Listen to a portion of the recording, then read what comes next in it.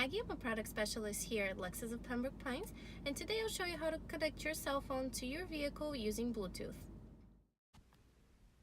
First thing you must do is make sure that the vehicle power is on. Now, using the middle console, press Menu and use the touchpad controller to navigate.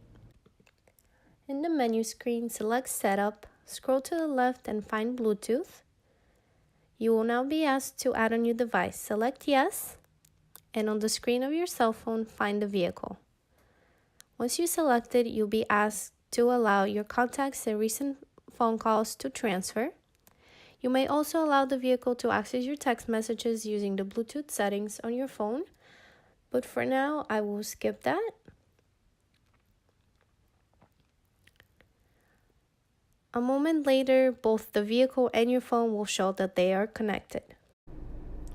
Thank you for watching. If you still have more questions or if you'd like to know more about the features, please come visit us or give us a call at 954-443-2020 or just visit our website at www.lexusofpembrokepines.com.